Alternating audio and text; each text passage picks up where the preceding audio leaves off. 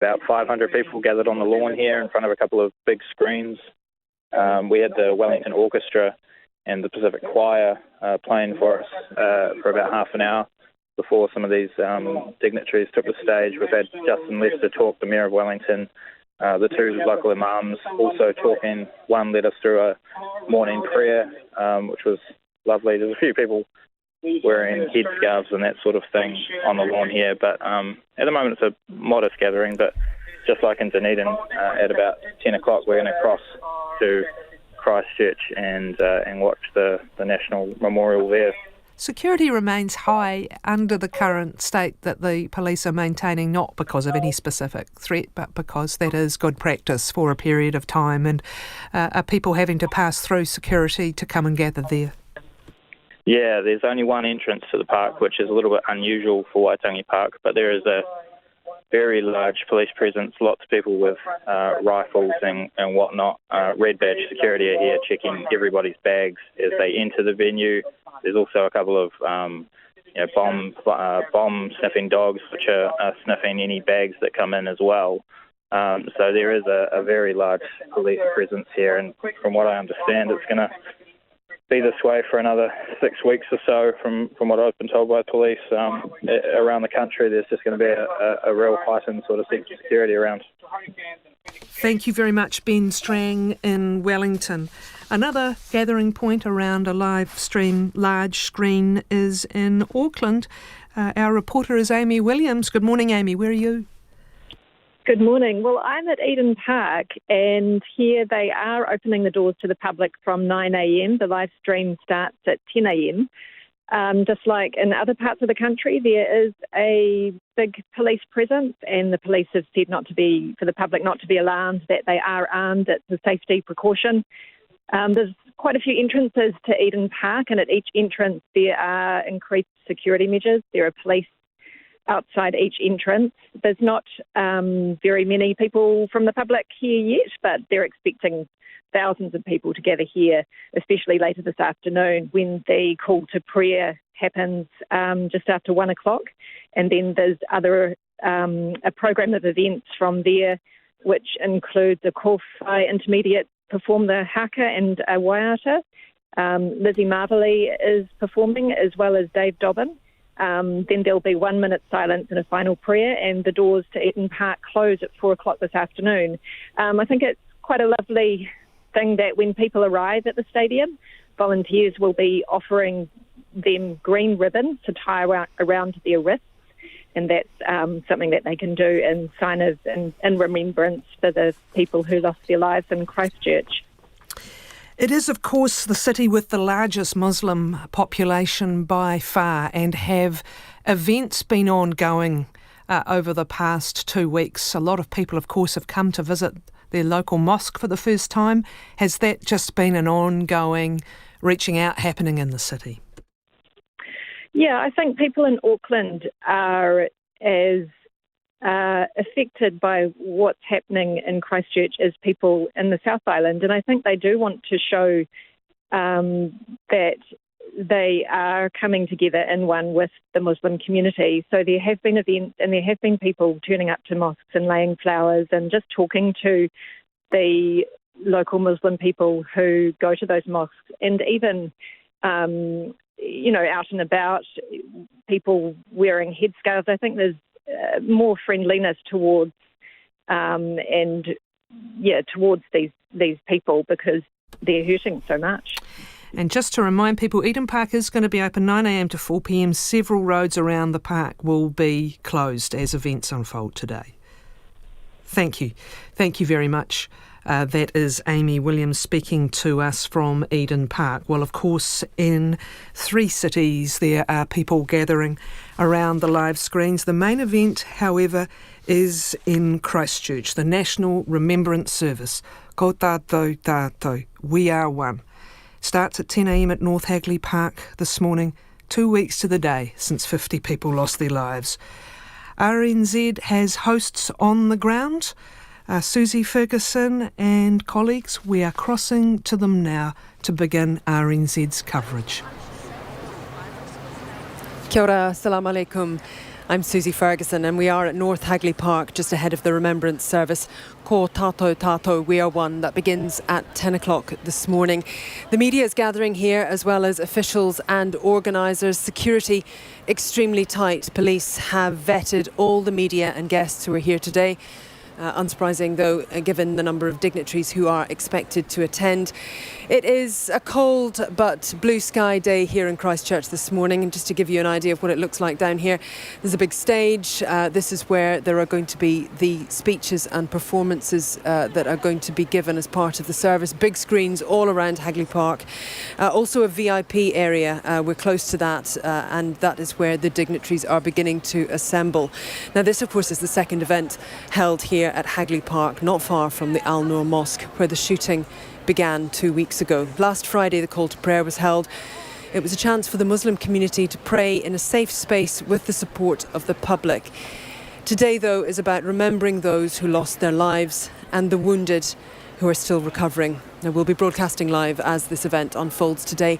Right now, I'm joined by RNZ's Shannon Haunui-Thompson and also Muslim community advocates Guled Meyer. Kia ora, assalamu alaikum. Tēnā koe, Susie. Kia ora. Guled, if I can talk to you first of all, Friday, I guess, is always a big day in the Muslim community anyway, because it's Friday prayers, it's the focal point of the week for the Muslim community. And 2 weeks on, how is the Muslim community faring?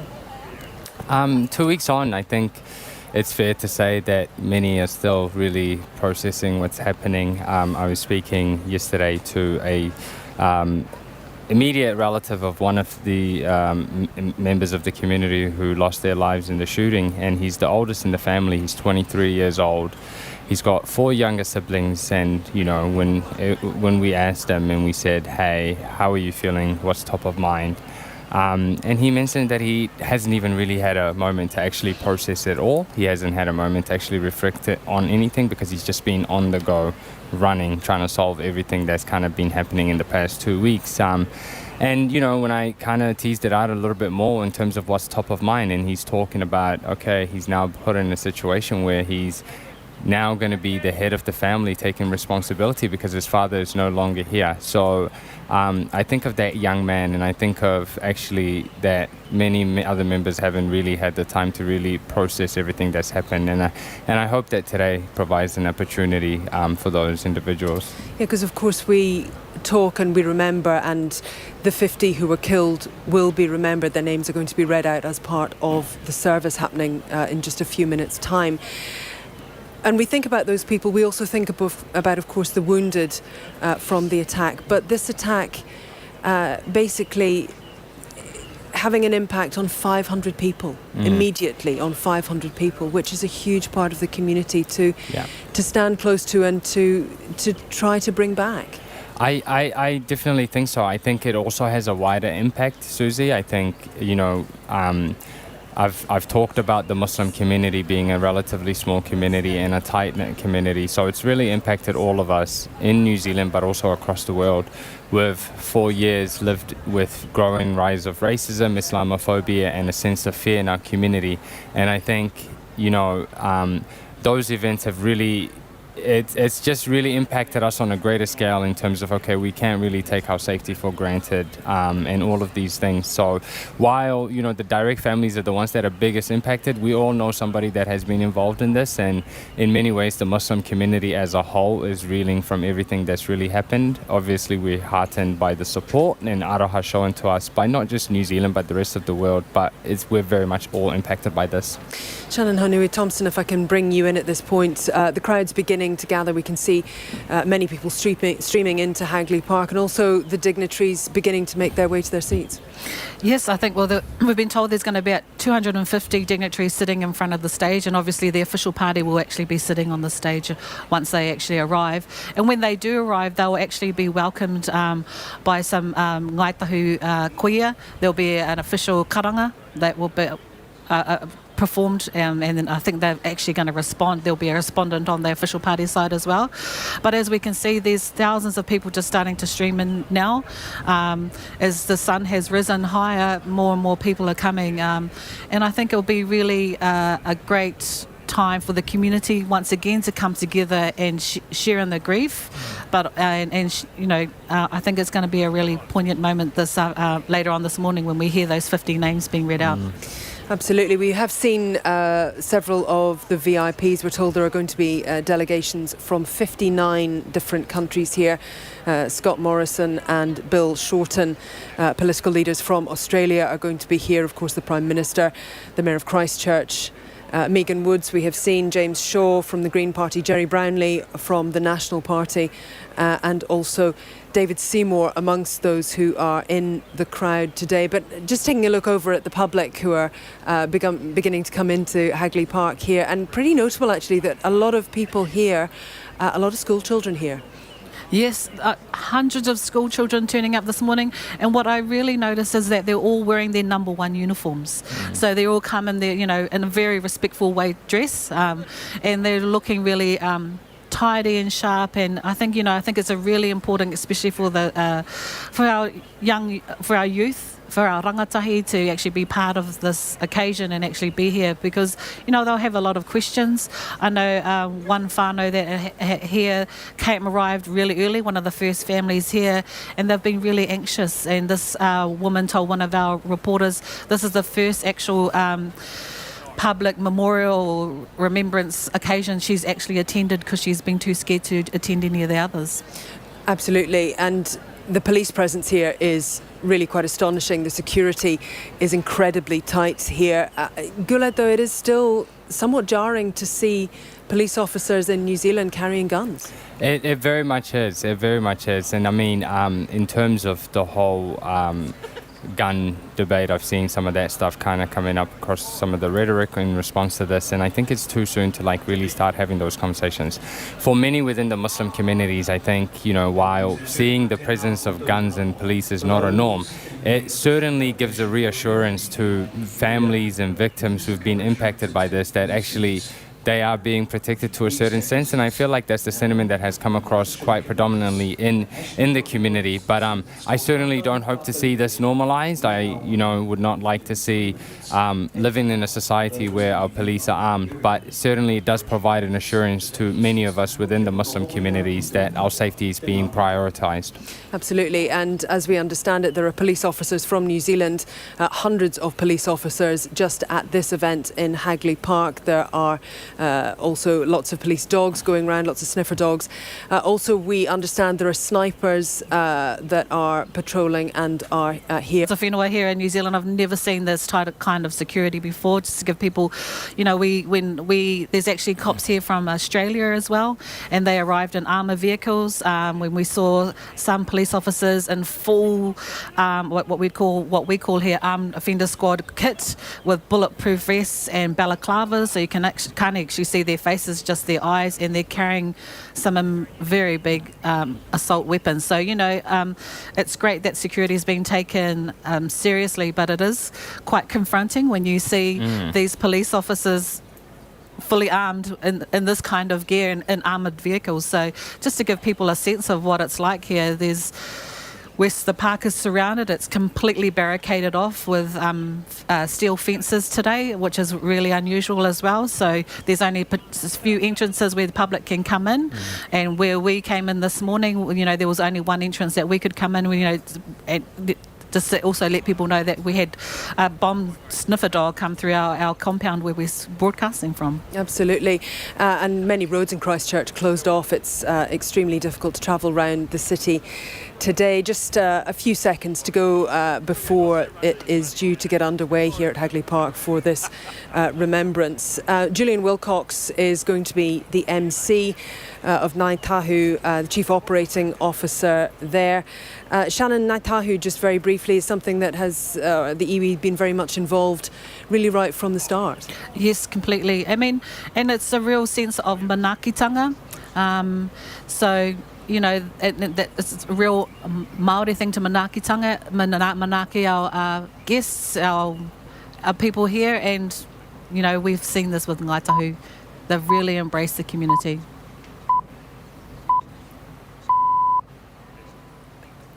We see that the Prime Minister, Jacinda Ardern, is just walking on now. Shannon, just tell me, she's coming on with the Governor-General Dame Patsy Reddy, and both wearing korowai. And she's been escorted by two kuia from Gaitahu.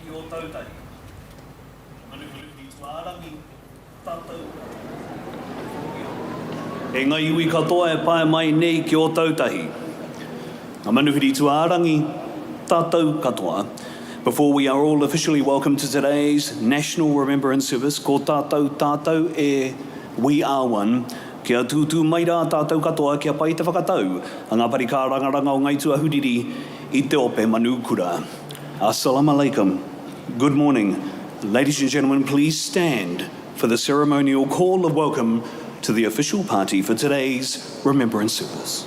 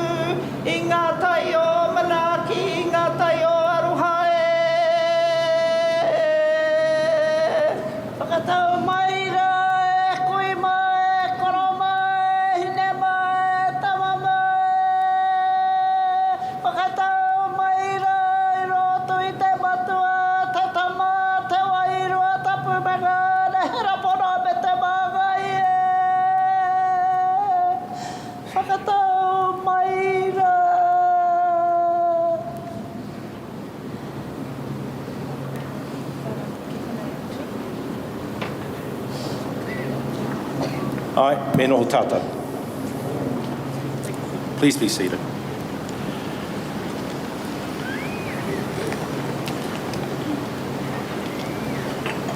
Kia whae karoria, kia ihoa ngā manu. Mātua, tama.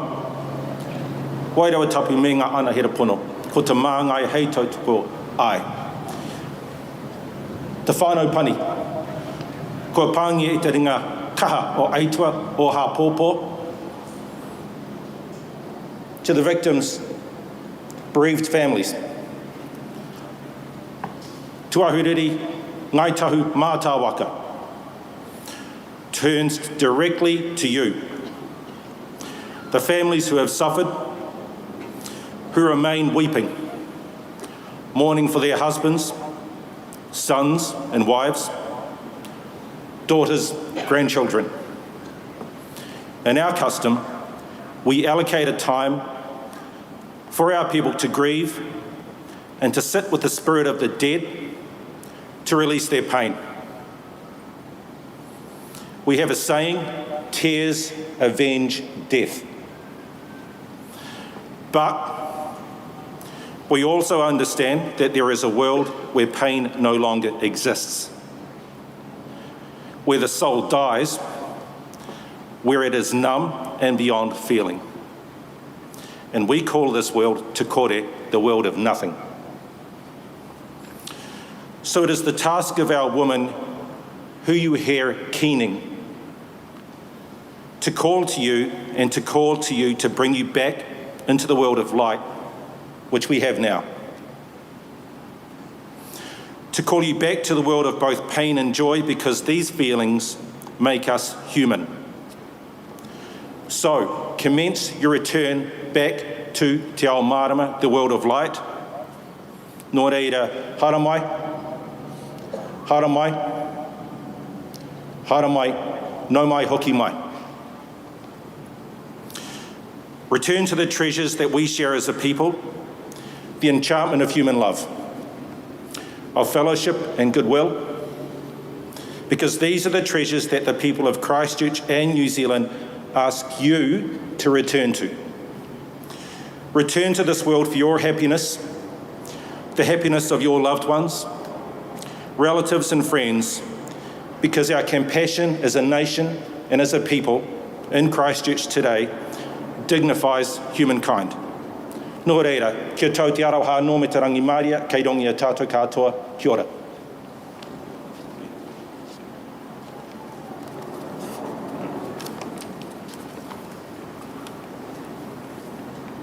Koto kua rero e moe, tātou kua mahoi, araha ki te tangata ko tātou, kia atawhai ki te iwi.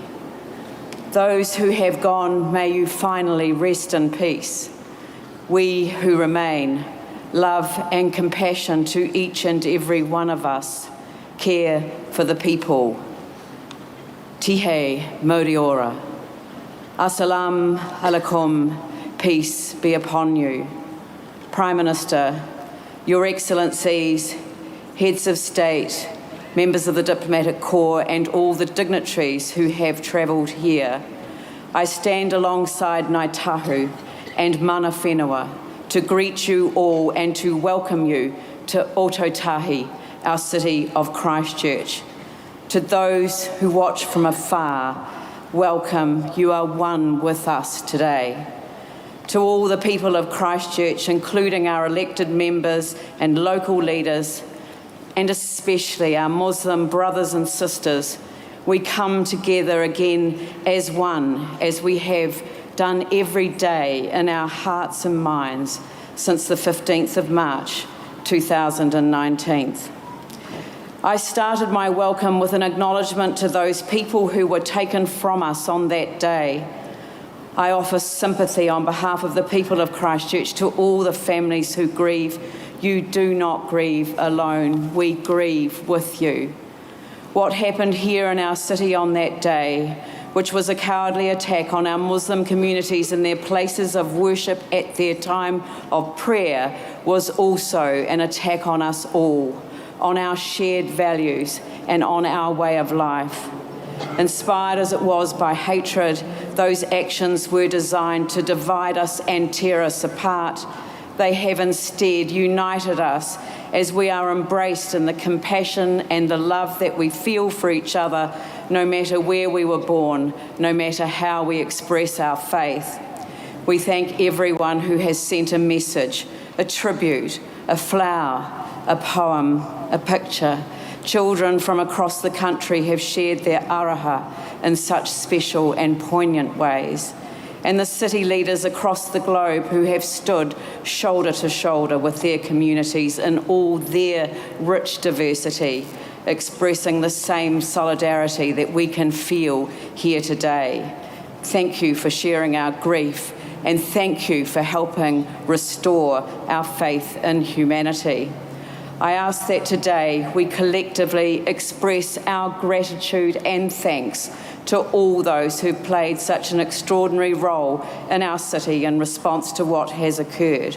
We thank our first responders, including the New Zealand Police, St John ambulance services, and members of the community at the mosques on the day, and passers-by. We honour those who went above and beyond the call of duty. We thank all of the hospital staff who work tirelessly to save lives and who have offered care to those who were injured and their families. We acknowledge the dedication of the coroners, City Council, City Care and funeral director teams, along with members of the wider New Zealand Muslim community who all work together to ensure the families could bury their loved ones with dignity and respect. We honour the imams for their inspiring leadership and for inviting us to attend their call to prayer. We honour the Muslim Community Leadership Group for their dedication, and we thank all those who have provided cultural advice and ensured decision-making has had the community at its heart. We will continue to work together as one. We acknowledge and thank the Prime Minister and the New Zealand Government for all the support they have wrapped around our city, and thank them for taking urgent action to strengthen New Zealand's gun laws. And we call upon the social media platforms to take even more responsibility for ensuring that such atrocities cannot be live streamed, and that messages of hate that fuel attacks on members of any community cannot be shared.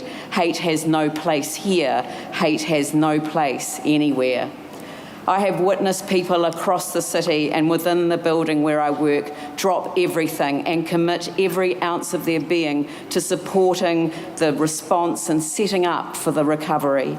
We know from our experience that placing the community at the heart of all that we do ensures that our purpose and direction will be true. That is why I'm confident that we will get through this time and emerge a kinder and more compassionate place, something we wish for the world. However, first, we each have a responsibility to ask the hard questions of ourselves about what comfort any of us might give to people who harbour racist or extremist views. We now know where this can end. We need to look in the mirror, be honest about who we are, and we must all pledge to being a city of inclusion that genuinely embraces diversity every day. Ōtautahi, Christchurch, is a city of peace. We are a city committed to honouring human rights. We need to make this real, and we can help lead the way. We will not be defined by what happened on the 15th of March 2019. We are defined by what followed: the unity, the love, the compassion and the kindness. They are who we are. Nothing will come between us. No one stands alone. We stand together. We are one. Ko tātou tātou, nō reira tēnā koutou, tēnā koutou, tēnā rā tātou katoa.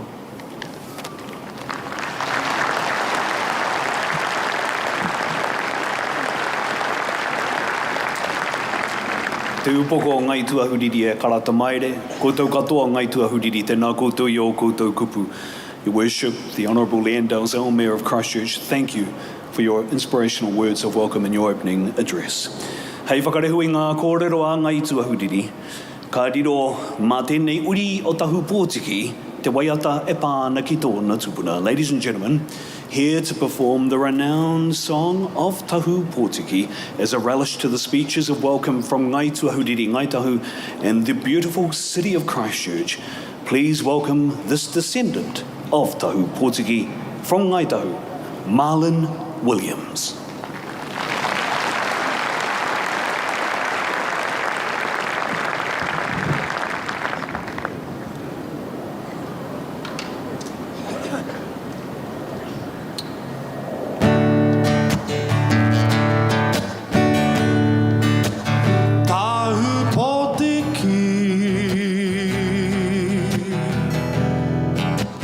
Taku tupuna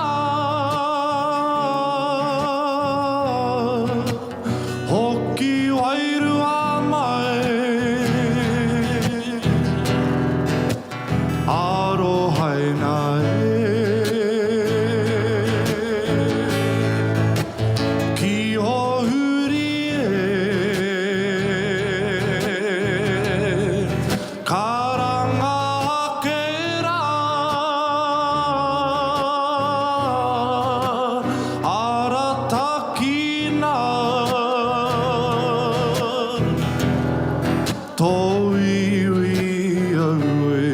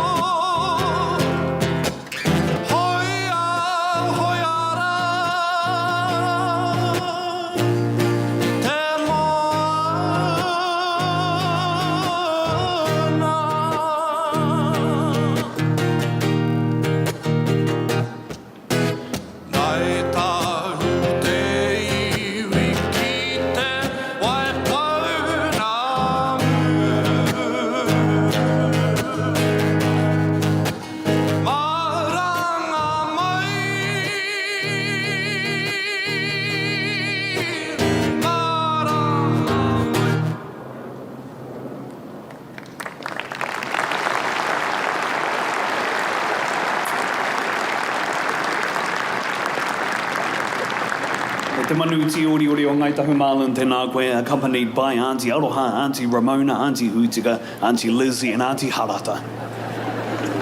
Tēnā koutou.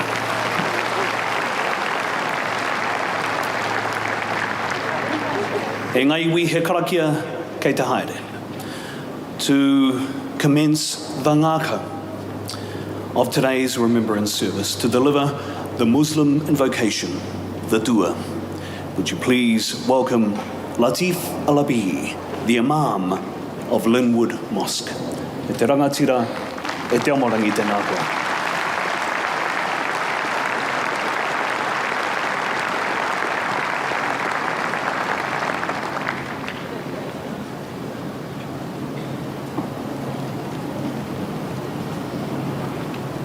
Assalamu alaikum. Peace be upon everyone. Kia ora.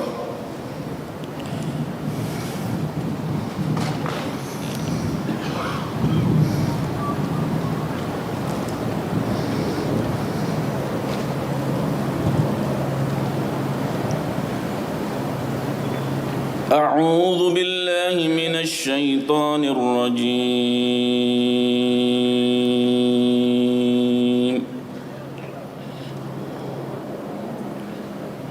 بسم الله الرحمن الرحيم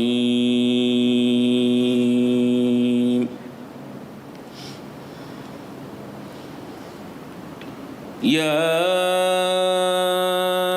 أيها الناس إنا خلقناكم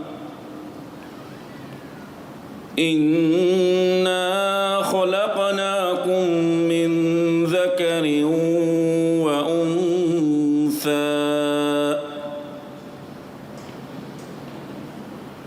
وجعلناكم شعوبا وقبائل لتعارفوا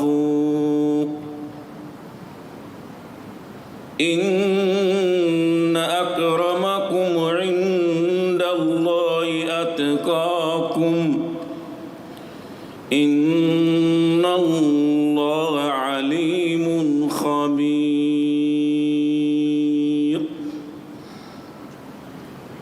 The Lord Almighty says, O mankind, indeed we have created you from male and female and made you nations and tribes that you may know one another.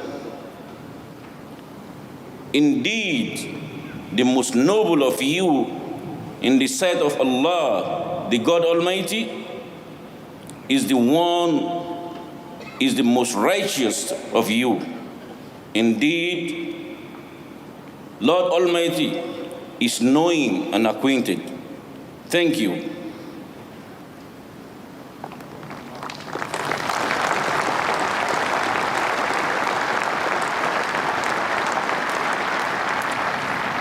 Ia nei hei whakakanohi ake I ngā wheao o I hiramanu o tautahi nei. Ladies and gentlemen, our next speaker with words of introduction is Shagaf Khan, President of the Muslim Association of Canterbury. E te rangatira, Shagaf, e te hoa, tēnā koe.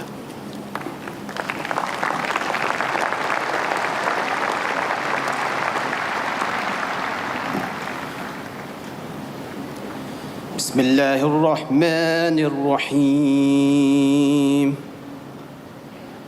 In the name of Allah, the most gracious and the most merciful. Brothers and sisters in humanity, I greet you with the greetings of the heart. Assalamu alaikum wa rahmatullahi wa barakatuh. Peace be upon you all. On behalf of the local Muslim community in Christchurch, I stand before you today with the mixture of feelings. I feel deeply saddened. I am saddened that when I look for them, I can no longer see the beautiful faces of the 50 men and women and children that lived among us only 14 days ago. And although our eyes shed tears and our hearts mourn, we know that they are at peace. I feel incredibly humble. I am humbled by the outpouring of grief you all have shared with us, that you did not leave us alone with our sadness, but instead opened your hearts and stood beside us. I feel immensely grateful. I am so very thankful that we live in a country like New Zealand, which has responded in a way that none of us will ever forget. That let the world know who we really are. I feel ultimately hopeful.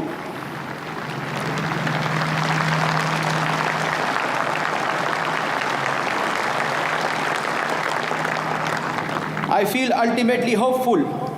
I have a hope that we as a community, as people, as nation are now sure about the path we want to walk, the values that hold us together, and the spirit that bind us all.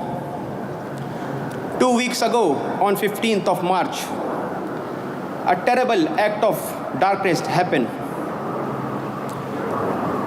But I ask us all to consider this. From this hate, how much love has been shared. From this callousness, how much compassion has been shown.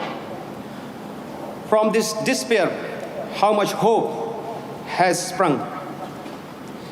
And out of this darkness, how much light has been spread. Wassalamu alaikum wa rahmatullahi wa barakatuh. Peace be upon all of us.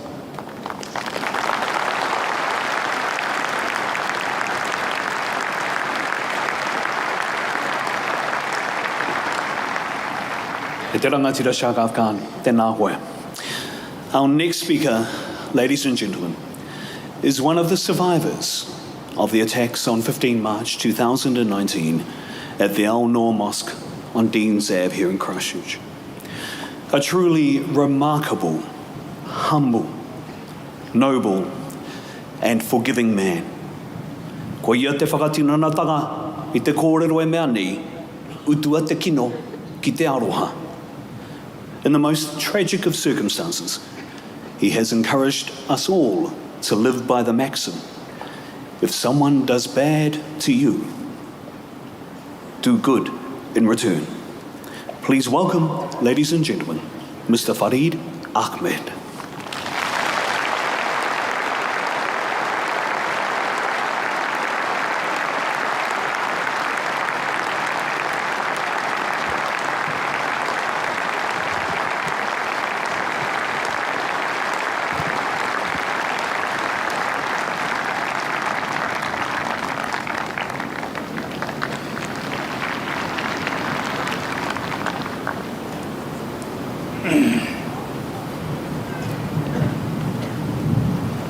الحمد لله رب العالمين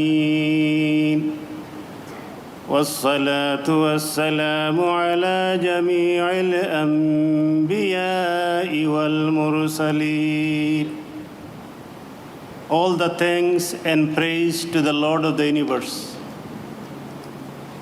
May peace and mercy be upon all the messengers and prophets of Allah, such as Adam, Noah, Abraham, Isaac, Jacob, Moses, Jesus, and Prophet Muhammad.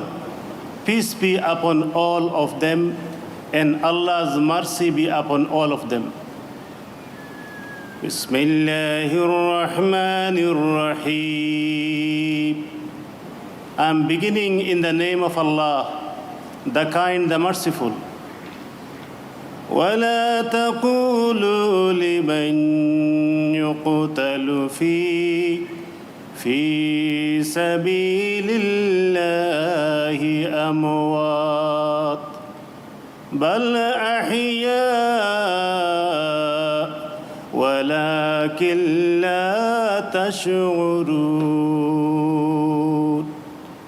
Allah says in the Quran, do not say about those who are killed in the service of Allah, in the worship of Allah, they are dead. But no, they are living. Their soul is alive. وَلَكِنْ لَا تَشْعُرُونَ.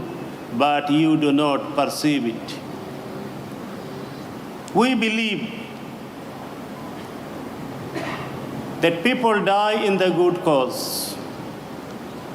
The people who were killed in their worship, they are in paradise. Their body is going to be perished, but their soul are not going to be perished. The souls are in paradise. They are being hospitalized by Allah merciful.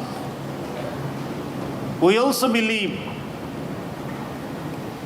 that people who survived with injury or the families who are going through struggles,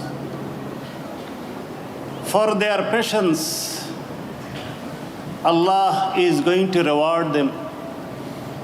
And today, in front of all of us, I would like to offer my sincere prayers for the people who have been killed and also people who are survived. I would also like to offer my prayer to the New Zealanders, to the New Zealand, for safety and security. And also I would like to offer my prayer for the people in this world, for peace and happiness. Honorable audience, I would like to thank and acknowledge your presence today. I'd also like to thank the organizers to allow me to speak in this auspicious memorial service. I also like to thank New Zealanders for coming together to show the world that New Zealand is a peaceful country and it is going to be peaceful, inshallah. People ask me that why did you forgive someone who has killed your loved wife, beloved wife? The answer to this is, I can give so many answers, but because of the time, I'll give only a couple of points. The first point is, I have a faith.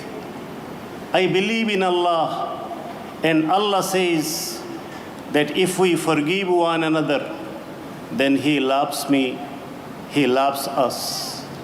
In Holy Quran, Allah says, Bismillahir Rahmanir Rahim, wal kazimin al-ghayz, wal afina anin nas, wal kazimin al-ghayz, wal afina anin nas, wallahu yuhibbul muhsinin. Those who control their anger and pardon their fellow human, Allah loves those who are good doers. So I forgive and Muslim forgive because they are taught by Allah, they are taught by Quran that if they forgive, then Allah will love them. I'll give one more reason. I follow a prophet, a messenger of God, like all other messenger of God, all other messengers of Allah, that he is titled Rahmatul lil Alameen, mercy for the worlds. Allah says about him, وَمَا أَرْسَلْنَاكَ إِلَّا رَحْمَةً لِلْعَالَمِينَ. O my messenger, I have sent you as a mercy for the world. Without forgiveness, without showing mercy, I cannot be a true follower of him. Also, I don't want to have a heart that is boiling like a volcano. A volcano has anger, fury, rage. It doesn't have peace. It has hatred.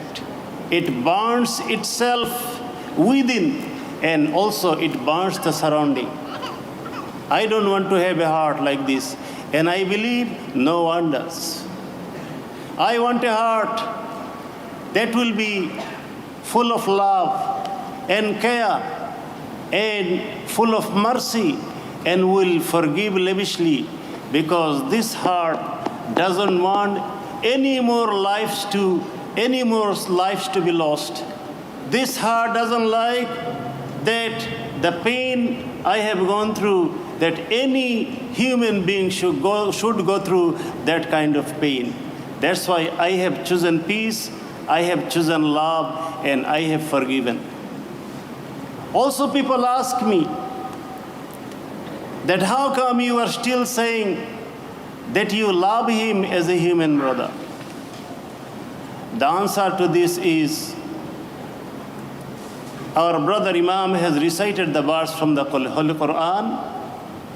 It says, Bismillahir Rahmanir Rahim, Ya ayyuhan nas, O mankind, Inna khalaqnakum min dhakarin wa untha.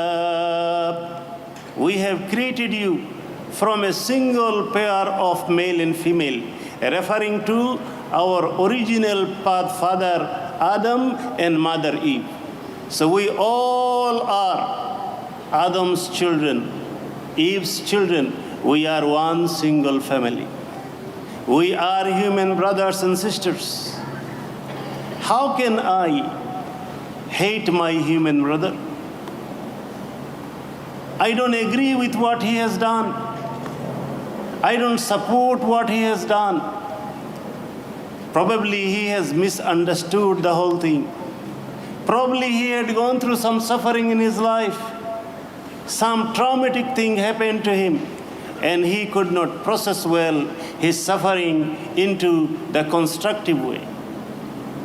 That's why I don't support his wrong action, but at the same time, I cannot deny the fact that he is my human brother. Each human being is my brother, is my sister. This is my faith, and this is what Allah has taught me. That's why I do not hate him, and I cannot hate him. I cannot hate anyone.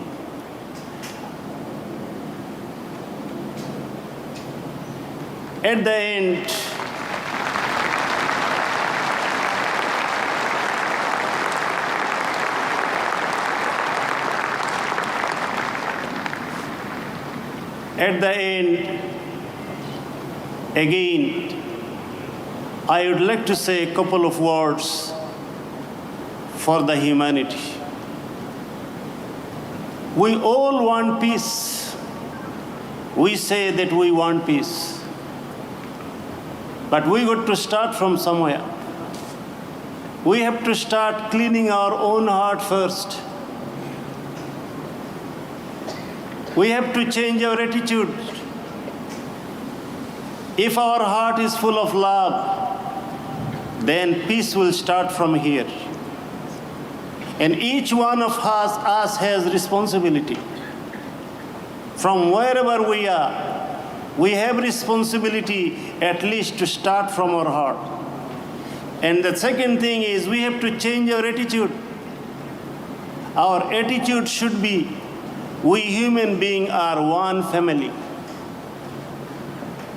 Regardless of faith, religion, culture, and language, I would like to conclude with my beautiful city where I am. This is Christchurch city, called Garden City. And in the garden, we see beautiful flowers, and we have to learn from it. In the garden, we see different types of flowers. They are different, but together they make a garden. They make a beautiful garden. They stay one beside another with peaceful coexistence.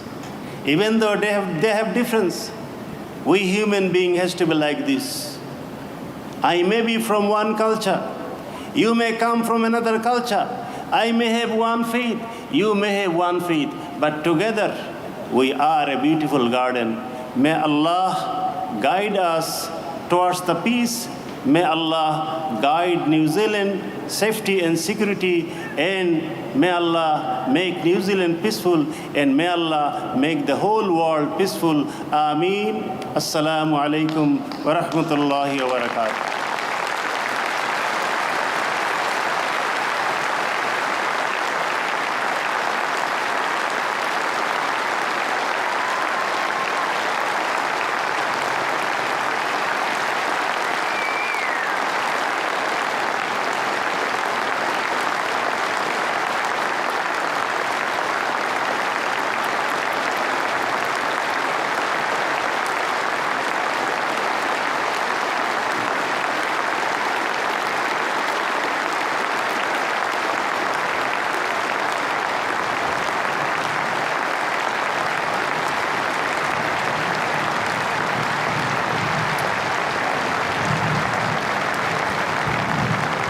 Farid Ahmed, Wa alaikum salam.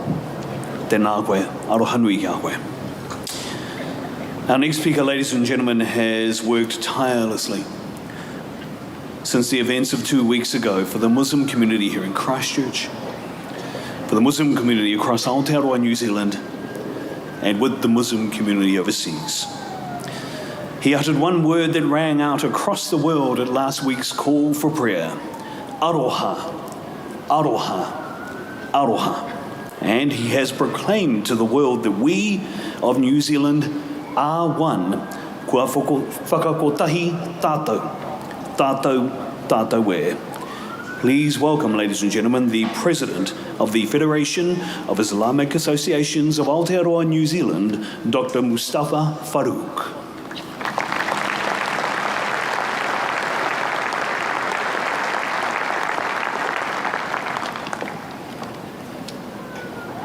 Bismillahirrahmanirrahim. In the name of God, the most beneficent, the most merciful. Assalamu alaikum. Peace be upon you. Kia ora koutou katoa. We are gathered here because of, on 15th March 2019, 50 innocent Muslim worshippers were murdered by a horrific act of terrorism. On behalf of New Zealand Muslim community, we wish to say a sincere thank you to all New Zealanders for the compassion, openness, and support you have shown us at this very trying time. No words can express our gratitude for your kind words, your flowers, your tears, and warm embraces. The solidarity of our Kiwi family will forever be in our hearts. I would also like to thank our New Zealand Muslim community, who at this time adhered to the teachings of Islam, as aptly described by our brother Farid Ahmed. Together with our Prime Minister, you have shown the world how to lead with compassion. The world continues to watch and learn how we as a nation have responded. As we pass beyond the initial shock and grief, we ask that as a nation we hold on to our solidarity and never let it go. Today is a moment to reflect on the immense loss that we have suffered, but it is also symbolic of how we wish to go forward. Let's continue to build a future of togetherness and connectedness for everyone that calls New Zealand home and for humanity. I will leave you with the same words I said in Te Reo Maori here 1 week ago. Aroha, aroha, aroha, kia whakakotai tātou.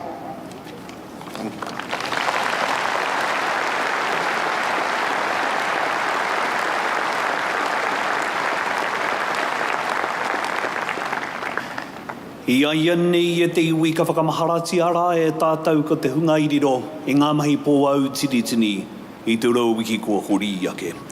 We now come to the reading of the names of those who lost their lives through this terrible act of Darkness, undertaken on 15 March 2019. The names will be read with the support of the Muslim Community Interfaith Society and will be read by Ahmed Mohammed, Sarah Ahmed, Omar Abu Hishle, Ikran Mohammed, Abdul Muiz, and Dr. Anwar Ghani. Kia whakarongoa ke tātou katoa. Kia whakamahara ke tātou.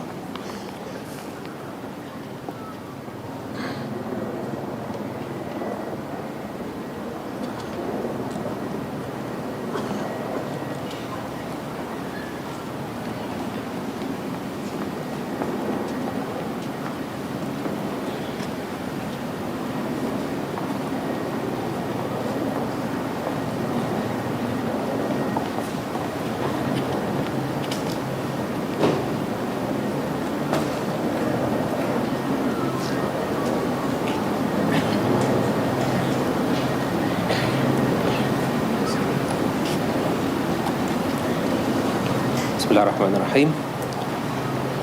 أحمد جمال الدين محمد عبد الغني، أسامة عدنان يوسف أبو كويك، حسنى أحمد، سيد قريب أحمد، فرحاج أحسن، محسن محمد الحربي، أشرف علي رزاد، أشرف علي، سيد جهيندات علي، حسين العمري،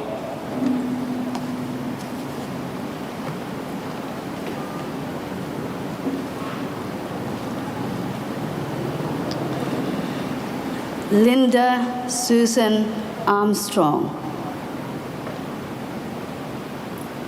Musa Noor Awale, Zakaria Bahayan, Kamil Mahmoud Kamal Darwish, Ata Muhammad Ata Elayan, Ali Mahmoud Abdullah Al-Madani,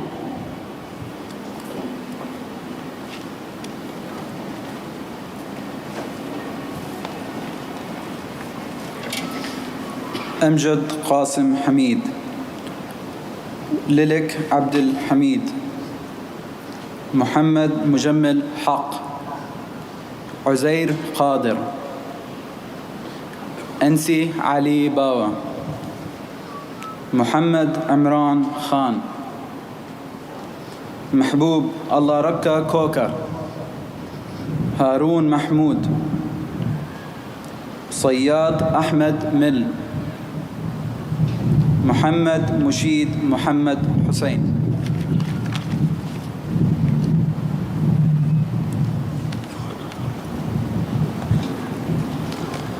محمد حزيق محمد ترميزي، حسين محمد قليل مصطفى، حاجي محمد داود نبي، طارق رشيد عمر، موسى والي سليمان بتال، عبد الفتاح قاسم، متيول الصافي، محمد عبد الصمد، محمد سهيل شهيد.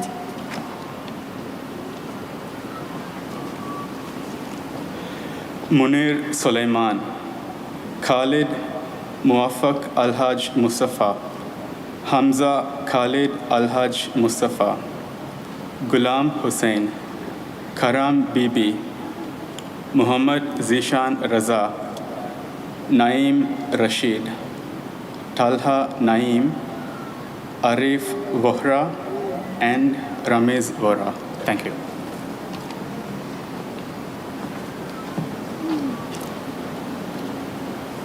Abdul Qadir Ilmi, Muhammad Umar Farooq, Muad Aden Ibrahim, Junaid Ismail.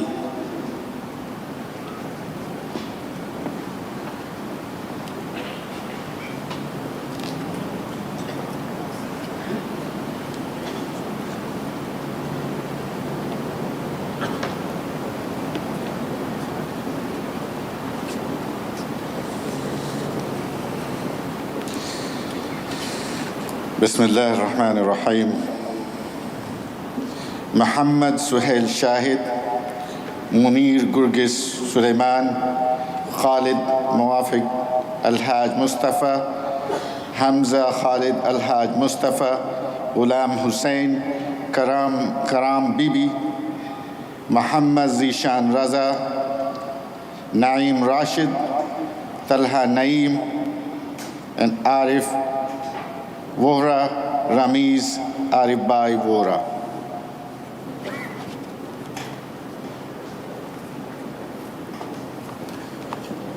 And now, ladies and gentlemen, please remain standing for the invocation, the dua, from Sheikh Mohammed Amir, Mufti of Aotearoa, New Zealand, e te hore te Nawe.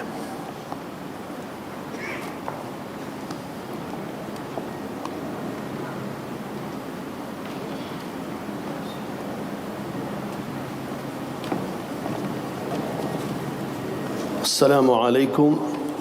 May peace be upon all of you. Bismillahir Rahmanir Rahim. Allahumma anta salam wa minka salam wa ilayka yarji'u salam. Hayyana Rabbana bis salam wa adkhilna dar as salam. Tabarakta Rabbana wa ta'alayta ya dhal jalali wal ikram. O Allah, we ask you to guide us to the doing of good deeds and abstaining from bad deeds, and forgive us and show mercy to us. O Allah, we seek forgiveness. O Allah, we seek refuge in you against difficulties, calamities, troubles, and oppression. O Allah, grant us increase and not decrease, honor and not dishonor. Give us your favors and do not deprive us. O Allah, grant us the best of outcomes in all our affairs and save us from disgrace in this world and from the punishment in the hereafter. O Allah, have mercy upon us all. O Allah, have mercy upon those who were massacred 2 weeks ago. O Allah, grant them the highest level of paradise. O Allah, grant the injured a speedy recovery and grant the families of the victims patience and healing.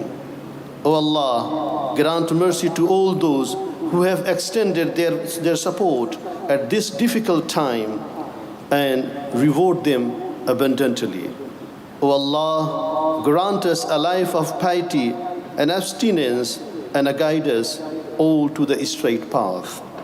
O Allah, grant our country, Aotearoa, New Zealand, peace, security, and protect it and its people from all evil. O Allah, grant the entire world peace, security, and prosperity. God defend our free land. God defend New Zealand. Ameen. Wa sallallahu wa sallam ala nabiyyina Muhammad wa ala alihi wa sahbihi ajma'in. Ameen.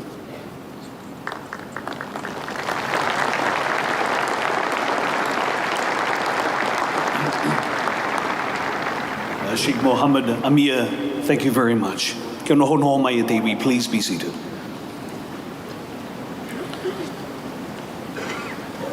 Ladies and gentlemen, our next guest has come a long, long way to be here with us today.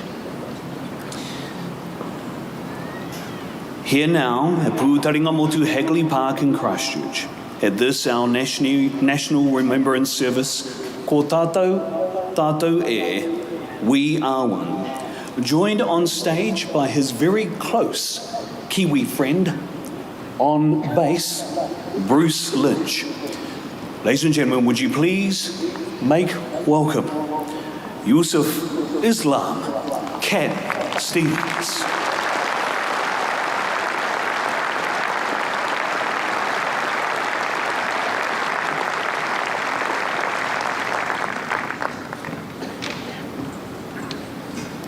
Assalamu alaikum. Peace be with you. Our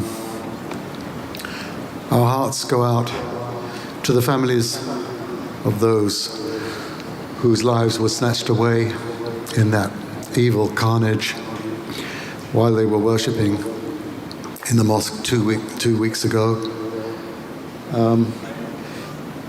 We learn about things through their opposites, and it's through opposites like this, the evilness of that act and what drove it, we find its opposite, which is the love and kindness and unity which has sprung up right here in New Zealand. And that love and unity is actually what all the prophets and messengers of the divine taught. The last prophet, Muhammad, peace be upon him, said that all of the prophets are brothers. Their mothers are different, but the religion is one. And I think that's the message which a lot of people who have or profess faith should come back to, because that is the center. And our prayers go to those shining souls whose lives were snatched away in that moment of madness. May peace be upon them. Peace in this world may take a bit longer. I'm going to sing a song for you now.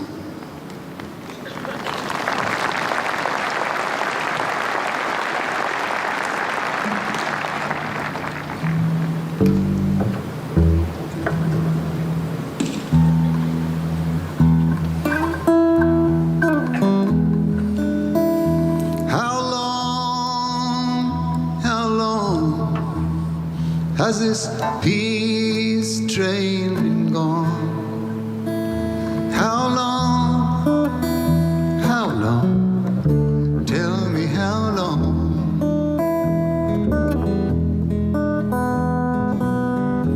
I came to the station with a hope inside, hoping to see that peace train arrive. How long? Tell me how long. I've been crying lately, thinking about the world as it is. I've been crying lately, thinking about the world as it is. Why must we go on hating? Why can't we live in bliss?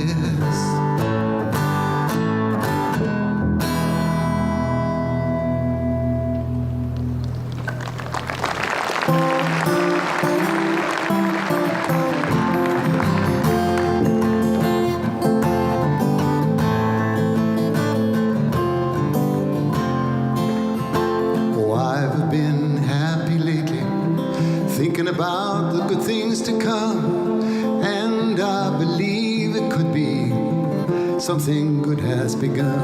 Oh, I've been smiling lately, dreaming about the world as one, and I believe it could be someday it's gonna come. 'Cause out on the edge of darkness there rides a peace train. Oh, peace train, take this country, come take me home again. Yes, I've been smiling lately, thinking about the good things to come, and I believe it could be something good has begun. Oh, peace train sounding louder, glide on the peace train. Ooh, come on, peace train. Train, holy roll, everyone jump up on the peace train. Ooh, come on, peace train. Now get your bags together, go bring your good friends too, 'cause it's getting nearer, it soon will be with you. Let's come and join the living, it's not so far from you, and it's getting nearer, soon it will all be true. Oh, peace train sounding loud,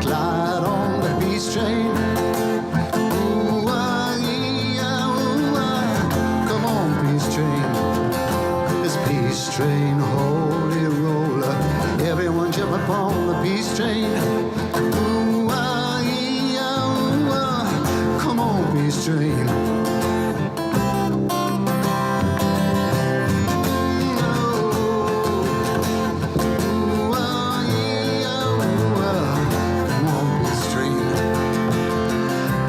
Been crying lately, thinking about the world as it is. Why must we go on hating? Why can't we live in bliss? 'Cause out on the edge of darkness there rides a peace train. Oh, peace train, take this country, come take me home again. Peace train sounding loud, glide on the peace train.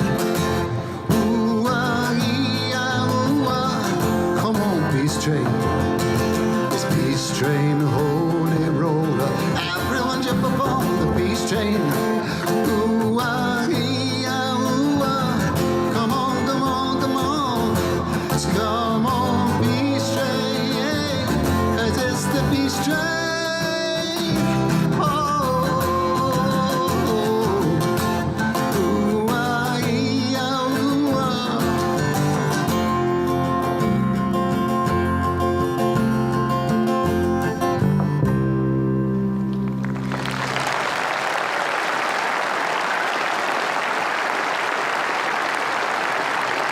Thank you.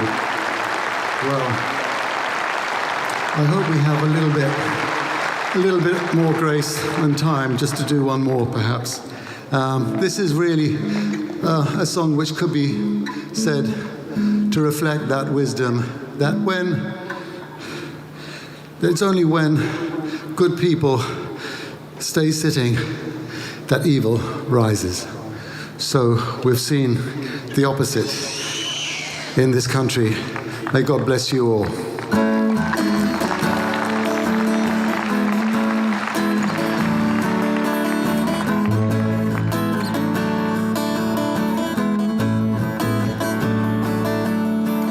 Don't be shy, just let your feelings roll on by. Don't wear fear, and nobody will know you're there. Just lift your head and let your feelings out instead. Don't be shy, just let your feelings roll on by. On by, on by, on by, on by, on by, on by, on by, on by, on by. You know love is better than a song. Love is where all of us belong. So don't be shy, just let your feelings roll on by. Don't wear fear, and nobody will know you're there.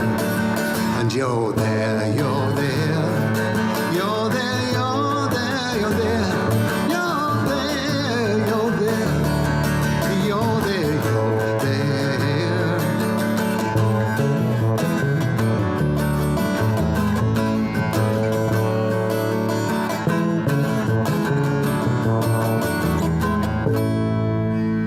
Thank you.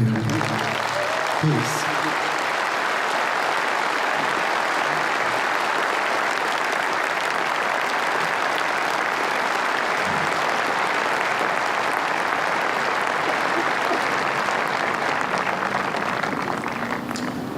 That was awesome.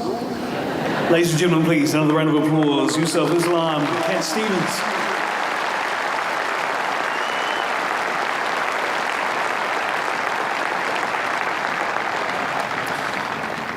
Iaia nei ke whakaronga ke tātou ki ngā kupu kōrero a te whakakanokitanga o te Queenie.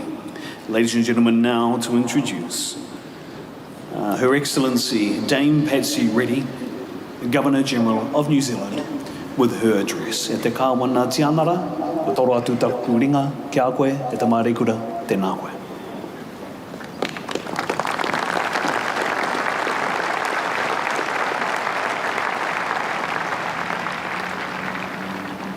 E ngā mana nui, e ngā iwi maha, e ngā whānau mōrehu. Tēnā koutou katoa. Haere mai tātou katoa, ki aru peke ai, te kupu whakahauora. Assalamu alaikum. I come here today to convey love and messages of condolence and support from our Queen, from leaders of nations around the world, and from our fellow New Zealanders, to the widowed, to the fatherless and motherless, to the injured, to the bereaved families, to our Muslim communities, and to the people of Christchurch. Although the depth of your grief and sorrow is unimaginable, we all shed tears for your pain and your loss. As we all search for a way forward from that grief, history reminds us of what can happen if good people stand by and allow evil to flourish. We are at such a point in our history. Our best weapons against the senseless and vile politics of hate are to be found within each and every one of us. We face a renewed moral challenge to do what we can to foster an inclusive sense of community, where all are treated with decency and respect. Communities where people do not suffer discrimination because of where they come from, their gender, their language, the clothes they wear, or their religious beliefs. Communities where our cultural differences are considered part of everyday life and are seen as something to be celebrated. With tolerance, kindness, respect, and understanding, we can and will defeat poisonous malice that seeks to divide us. But only if we also have the courage to acknowledge and to call out discrimination and racism wherever we see it. Silence is not enough. It condones the thinking that can encourage everything from casual acts of racism to acts of violence. When more of us stand up to confront lazy assumptions, prejudice, and willful ignorance, the easier it will be to drive away such unacceptable behaviour. In the last fortnight, New Zealanders have responded to this challenge. We have seen a new determination to stem the tide of hate, along with acts of great courage and humanity. This was evident in the extraordinary courage shown by worshippers, bystanders and first responders at the Al Noor and Linwood Mosques. It was evident in the tireless efforts of the medical staff who cared for the wounded. And it's been there in the manaakitanga and aroha expressed by our citizens all around the country. In this terrible time of grief, we have been brought closer together. We have affirmed values that are so important to us: tolerance, kindness, and compassion. By keeping that faith, we can honour the memory of those who lost their lives. We can support the survivors on the long road to recovery, and we can all seek to ensure that evil does not take root and flourish in our midst again. I will finish with a whakatauki, a Māori proverb. Hei hau matao ka tōkia te kiri, mā te aroha nui ka ora anō. A cold wind chills us. Love and goodwill restores us. Kia ora, kia kaha, kia manawa nui, hui hui tātou katoa.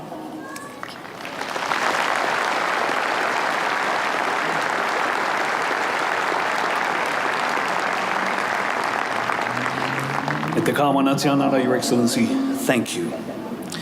And now, ladies and gentlemen, introducing the Right Honourable Jacinda Ardern, Prime Minister of Aotearoa, New Zealand. E te pirimia, tēnā koe, hei a koe te wā.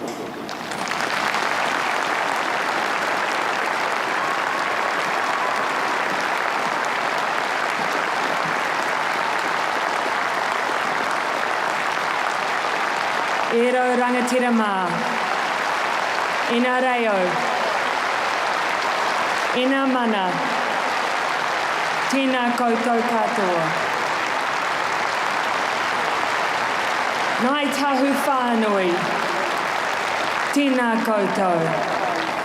E papaki tu ana nā tai o maumaha ki runga o autu tahi. Haere mai tātou me te aroha, me te rangi mārie, ki te whānau nei, I ora mairere ai anō rātou, I ora mairere ai anō tātou katoa. We gather here 14 days on from our darkest of hours. In the days that have followed the terrorist attack on the 15th of March, we have often found ourselves without words. What words adequately express the pain and suffering of 50 men, women and children lost, and so many injured? What words capture the anguish of our Muslim community being the target of hatred and violence? What words express the grief of a city that has already known so much pain? I thought there were none. And then I came here and was met with this simple greeting. Assalamu alaikum, peace be upon you. They were simple words, repeated by community leaders who witnessed the loss of their friends and loved ones. Simple words whispered by the injured from their hospital beds. Simple words spoken by the bereaved and everyone I met who has been affected by this attack. Assalamu alaikum, peace be upon you. They were words spoken by a community who, in the face of hate and violence, had every right to express anger, but instead opened their doors for all of us to grieve with them. And so we say to those who have lost the most, we may not have always had the words. We may have left flowers, performed the haka, sung songs, or simply embraced. But even when we had no words, we still heard yours. And they have left us humbled, and they have left us united. Over the past 2 weeks, we've heard the stories of those impacted by this terrorist attack. They were stories of bravery. They were stories of those who were born here, grew up here, or who had made New Zealand their home, who had sought refuge or sought a better life for themselves or their families. These stories, they now form part of our collective memories. They will remain with us forever. They are us. But with that memory comes a responsibility to be the place that we wish to be, a place that is diverse, that is welcoming, that is kind and compassionate. Those values represent the very best of us. But even the ugliest of viruses can exist in places they are not welcome. Racism exists, but it is not welcome here. An assault on the freedom of any one of us who practices their faith or religion is not welcome here. Violence and extremism in all its forms is not welcome here.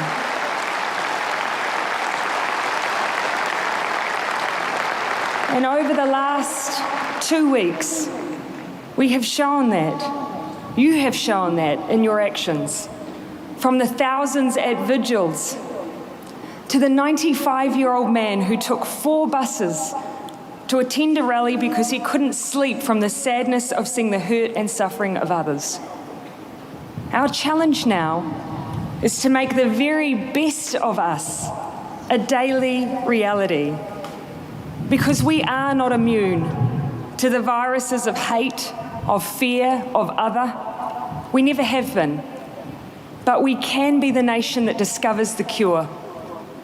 And so to each of us, as we go from here, we have work to do. But do not leave the job of combating hate to the government alone.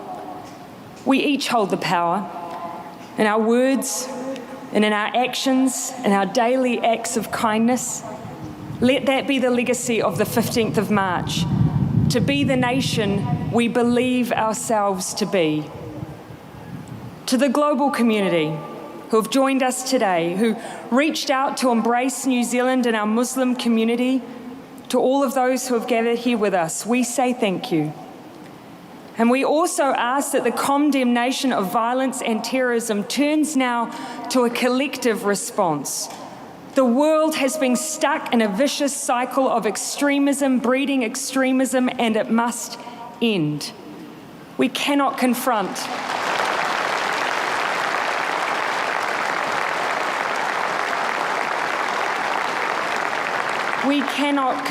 these issues alone. None of us can. But the answer to them lies in a simple concept that is not bound by domestic borders, that isn't based on ethnicity, power base, or even forms of governance. The answer lies in our humanity. But for now, we will remember those who have left this place. We will remember the first responders who gave so much of themselves to save others. We will remember the tears of our nation and the new resolve we have formed. And we remember that ours is a home that does not and cannot claim perfection, but we can strive to be true to the words embedded in our national anthem. Men of every creed and race, gather here before thy face, asking thee to bless this place. God defend our free land from dissension, envy, hate, and corruption. Guard our state. Make our country good and great. God defend New Zealand. Ko tātou tātou. Assalamu alaikum.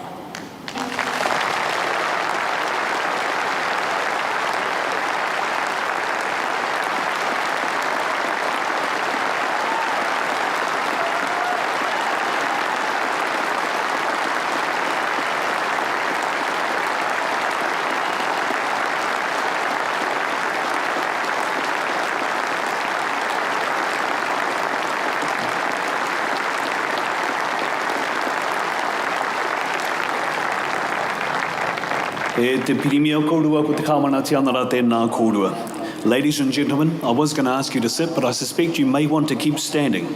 For our next guests were at a concert till midnight last night and had to board a plane at 5 o'clock this morning to be with us. She has encouraged us all to bathe in the river.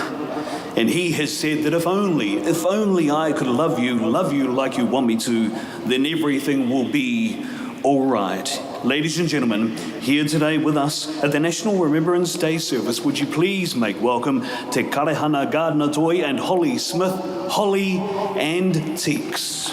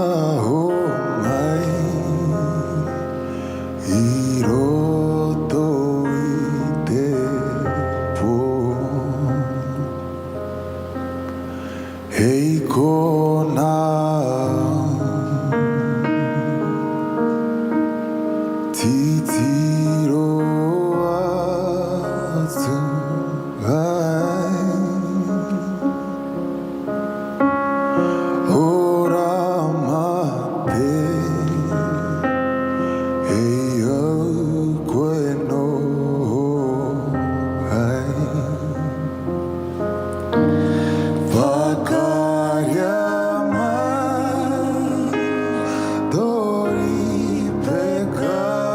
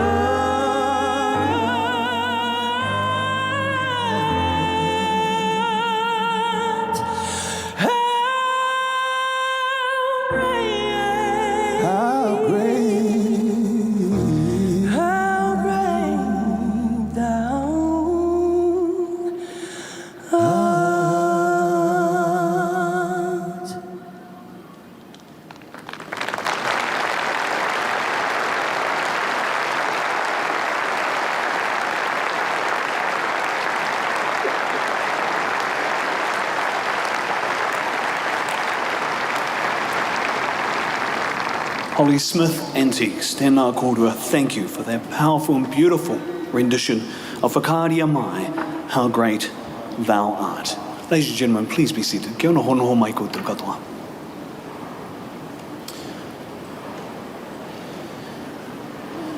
We now have two beautiful children.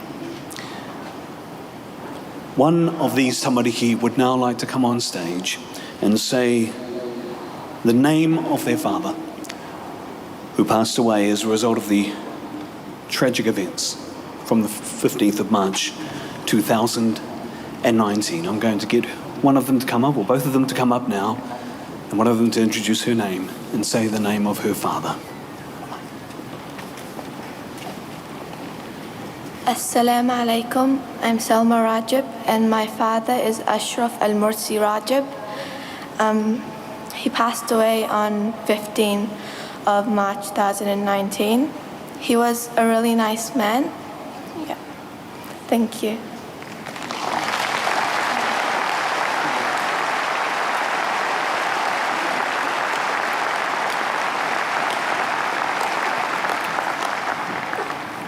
Tēnā kōrua. Now, ladies and gentlemen, to lead the national anthem of Aotearoa, New Zealand, she is a multi-award winning singer and one of the true songbirds of this country. Could I now ask you, ladies and gentlemen, to please stand for the national anthem of Aotearoa, New Zealand, to be led by Maisie Rika.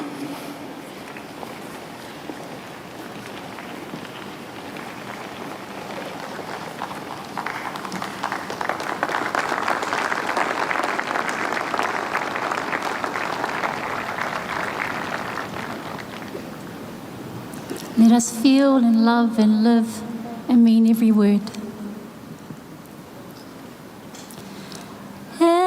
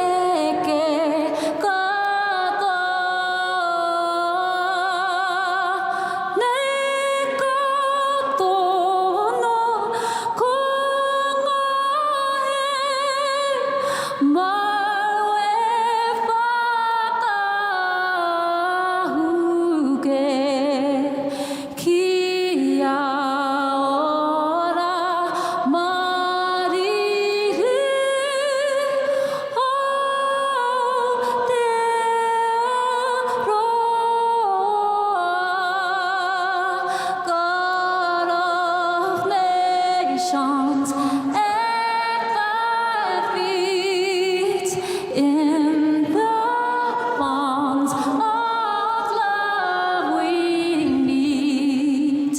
Hear our voices, we entreat. God, defend our free land. God, Pacific's triple star, from the shafts of strife and war, make her praises heard afar. God, defend New Zealand. Men of every creed and race, gather here before thy face, asking thee to bless this place. God, defend our free land from dissension, envy, hate, and corruption. God, our state, make our country good and great. God, defend New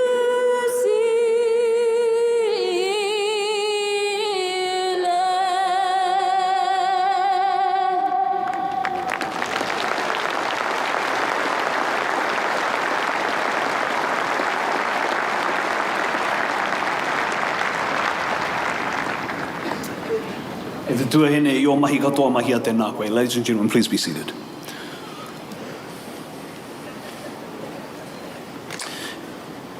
I aia nei kua toro atu takuringa ki te upoko o ngai tuahuriri. To close our Remembrance Service today, may I ask the upoko of ngai tuahuriri, Dr. Tamaireta, to please undertake our mihi whakakapi.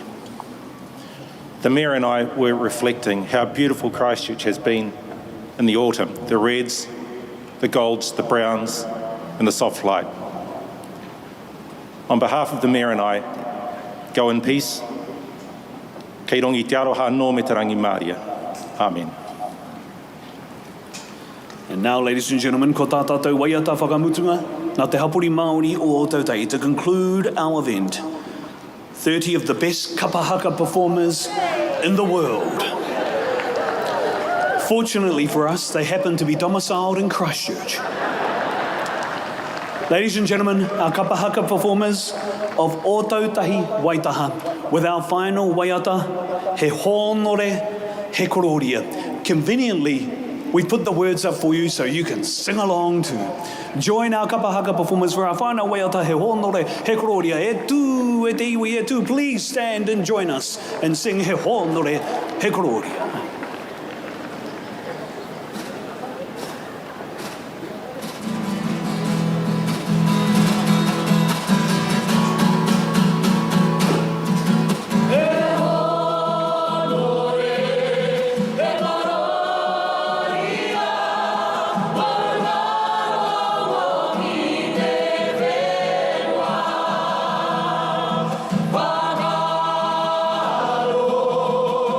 Wow.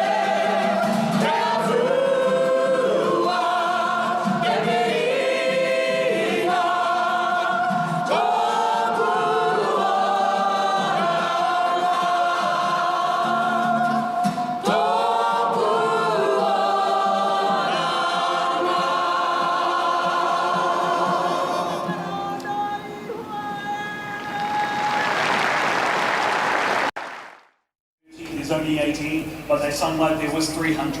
Thank you to our kabahaka performers here today. And that concludes Ko Tātua, Tātou, We Are One, the National Remembrance Service here at Hagley Park. If I can come to you, Shannon Haunui-Thompson, alongside me also Guled Meyer. Your reaction, your response to what has been quite an extraordinary event here today. Shannon?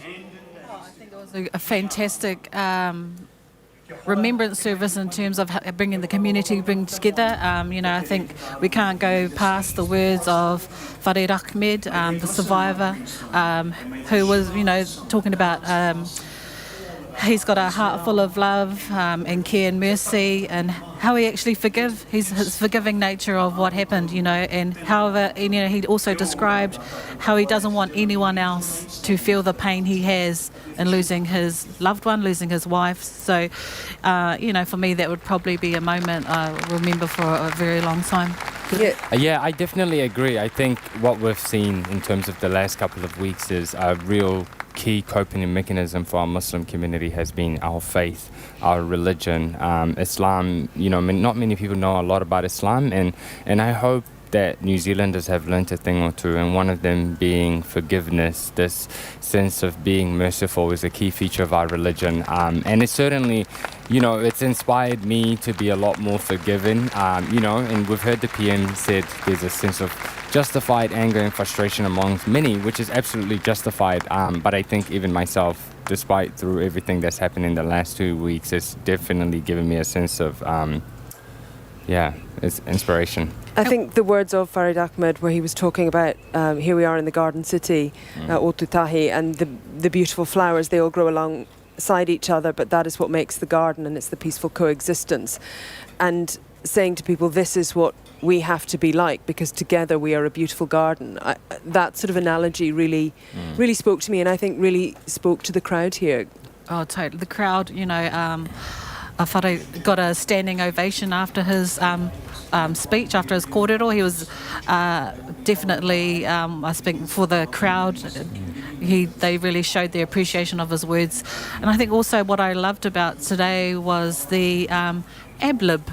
Well, the daughter, they gave time for one of the daughters of one of the men killed in the massacre last week, time to actually get up on stage, albeit very small time. She didn't want to say much, but she felt like she obviously wanted to address the crowd and talk about her dad. Yeah, absolutely. And we see now the Prime Minister, the Governor General, the VIPs beginning to leave. We understand the crowd here has been at least 23,000 people in Hagley Park, and as you can imagine, it has been a huge gathering here. I have to say, there have been moments of joy, even moments of laughter, but also quite a few tears. And when Yusuf Cat-Stevens was singing Peace Train, I'm not sure there was a dry eye, certainly in the RNZ Whare here, about that. And when he was speaking, Guled, about the evil act, and we learn from the opposite, so we see love and kindness that has sprung up. How did you hear that? For me, I think it was quite emotional, just really listening to it. So definitely, it was nice to have the tissues handy here, I must admit. But I think, what I just want our viewers to really understand is just the magnitude and the scale of all of this. There's two incidences that have really changed the course of my life, one of them being 9/11. And I remember very vividly the conversation my mother had with me as a young, I was still in primary school, and just her trying to explain to me what this meant and going forward, and I never really understood where she was coming from. And now the 15th of March is really another day that I will never forget and will definitely have an impact on my life from here onwards. And and I think about the conversations that many other Muslims will be having with their young children, and I think about my little nieces and how I'm supposed to have this conversation with them going forward. It's huge, and I think what has been really reassuring was having the PM come out, and I thought her messages was quite strong in acknowledging that racism exists in Aotearoa, that it has been here, and that we're not immune to it. And that the thing that I really particularly agree with her is that it's not just a role for government. I think it's a role for every New Zealanders, and I think we all need to critically reflect on what it is that we're going to do here and not allow racism to fester in our society. And also calling on to the world, saying that the world has been breeding extremism and that has to stop. That concludes our broadcast of the National Remembrance Service called tātou, here in Christchurch in Hagley Park. Now, here's Nicola Wright with RNZ News. An emotional service has been held amid tight security in Christchurch to remember the victims of the mosque terror attack that stunned the country 2 weeks ago. A huge crowd packed into Hagley Park for the National Remembrance Service. The names of the 50 people killed were read out one by one, as those gathered sat in silence, some shedding tears and others holding hands and embracing each other. Leaders of the Muslim community spoke of sadness and grief, but also of forgiveness and hope. The president of Canterbury's Muslim Association, Shagaf Khan, told the crowd he was deeply saddened by the lives lost after such an act of darkness, but asked those gathered to consider, from the hate, how much love has been shared. A survivor from the Noor Mosque, Farid Ahmed, whose wife was among those killed, thanked New Zealanders for coming together to show that New Zealand is a peaceful country. Arriving in a wheelchair, he told the crowd he has forgiven the man who killed his wife because he doesn't want to have a heart that's boiling like a volcano with anger, fury and rage. The singer Yusuf Islam, previously known as Cat Stevens, talked of the love, kindness and unity that has sprung up since the attack, before performing his songs Peace Train and Don't Be Shy. Wearing a traditional korowai, the Prime Minister Jacinda Ardern said she thought no words could express the pain, suffering and grief of the attacks, but described how in the days since she's been met repeatedly with the simple Muslim greeting, Assalamu alaikum, peace be upon you. She says the legacy of the attack is for the nation to make the very best of itself a daily reality.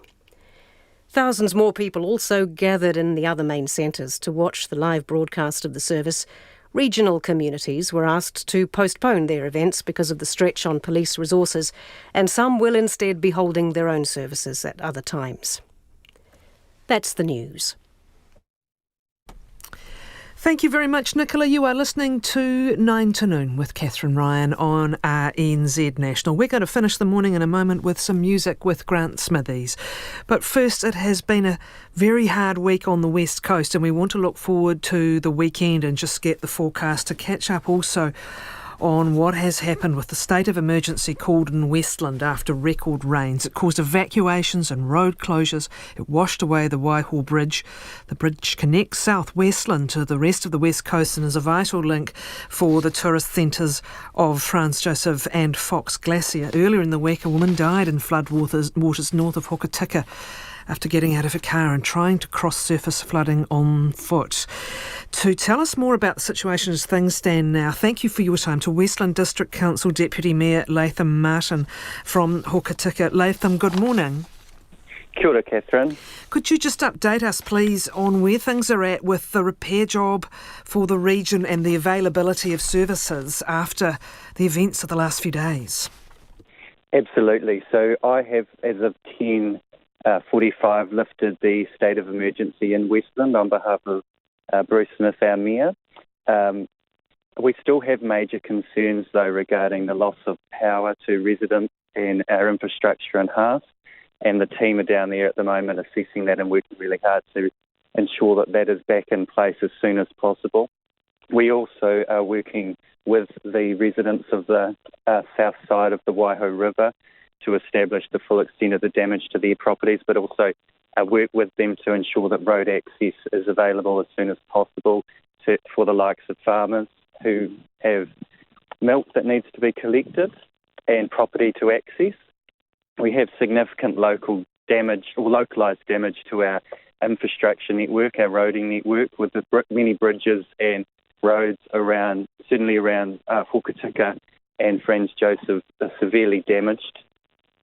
And we're working with our communities to get to and fully understand the damage that has actually happened over the last few days. And so if anyone is aware of damage that hasn't yet been reported, to please report that to our council as soon as possible. Franz Josef has been particularly hard hit, as we said. You were there yesterday, and what lies ahead for the settlement? It's a big trip to get there at the moment, isn't it? It is. I did. I spent most of yesterday down in Franz Joseph talking to the residents and business owners down there in the township. And I also went up in the helicopter and had a look down on the damage to the area. For people there, some are displaced and having to stay outside of their property. Going forward, the message is that Franz Joseph is open. There are businesses there that need clients, and so we're pushing really hard to ensure that that road, the bridge, is repaired as soon as possible, working with NZTA, and the timeline that they've established is within the next 10 days. They're hoping to have Bailey Bridge back up and operative, so that's great. Thank you very much, Latham. And also with us, because more rain is forecast, unfortunately, at the moment, so we are going to get the latest with Met Service meteorologist Stephen Glassy. Stephen, good morning. Good morning. What is ahead? There is quite an active front that is going to move on to the South Island later on Sunday. However, it is quite a fast-moving feature, so although it will bring a period of heavy rain, it's not looking like a prolonged heavy rain event like what we saw earlier in the week. It will bring a burst of heavy rain, but it's only going to be a fraction of what they had earlier this week. And how long might it last as things are looking at the moment? We're really just talking about Sunday evening and just during that overnight period, and then it's just easing off to showers by Monday morning. Thank you. That will be a relief. Is there a new weather pattern coming in the long term? Well, not necessarily. There is actually another ridge of high pressure coming onto the country behind this. So it is just going to be a brief front moving over the country.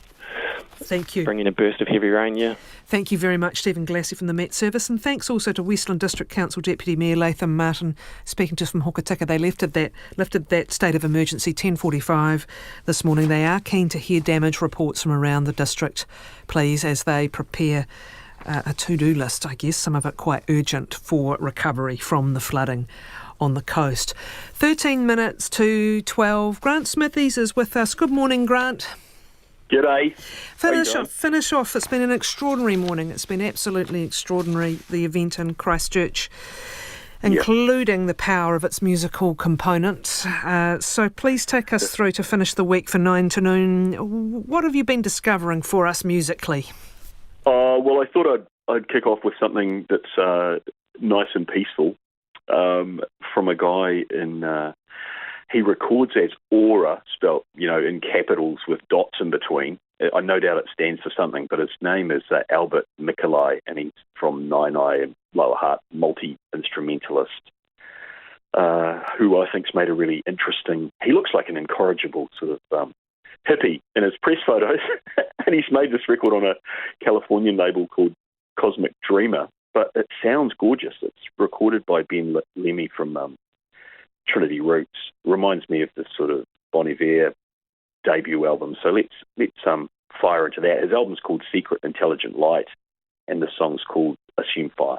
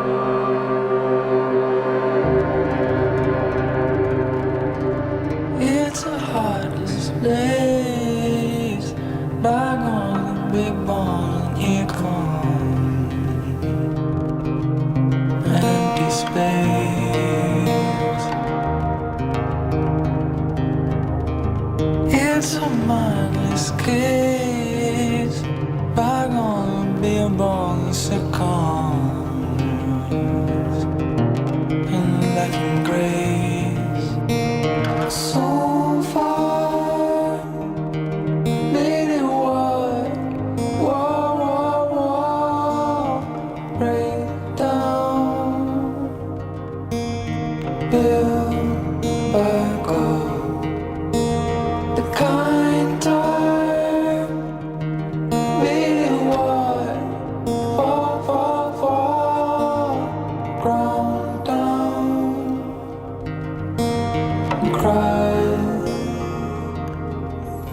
what's left in a sunken place, silence from wallpapered islands, and flame fading.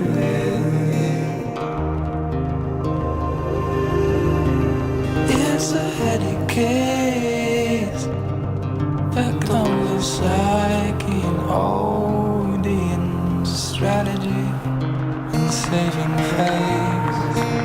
So far, leading war, break down, build back up. The kind time, leading war, fall, ground down, and cry for what's left.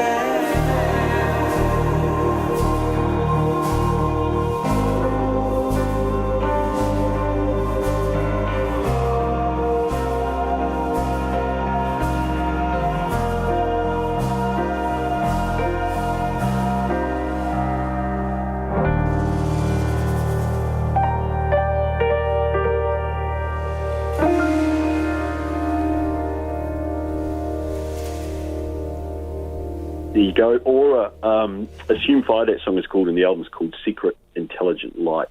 Very Bon Iver and feel. It is, isn't it? And other things go into more sort of R&B synths and things. It's an interesting record. I've got to find out more about the guy, because apparently he's made an album before this and a couple of EPs, so on.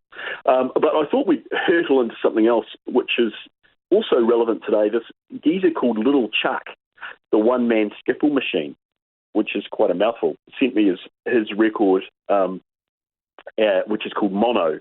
He recorded it all. He's a sort of one-man band character, and he made the whole record in one day on one microphone in a he lives in Christchurch, but he made it in a studio full of 1950s mono recording equipment in the UK in October last year, and it's just come out. He plays a lovely sort of national resonated guitar and harmonica, and thrashes away also at a kick drum and hi-hat while he's playing, and makes quite a ruckus. And he's playing, I think, live in the studio this afternoon on Jesse Mulligan's show, but I thought I'd play just a thing I really liked off his album to give you a taste of what he does. He's also playing in Auckland tonight, a rare sort of Auckland live show in the Wine Cellar. Should be worth catching. But here's a song for you anyway. This is called Backyard Harmonica Boogie.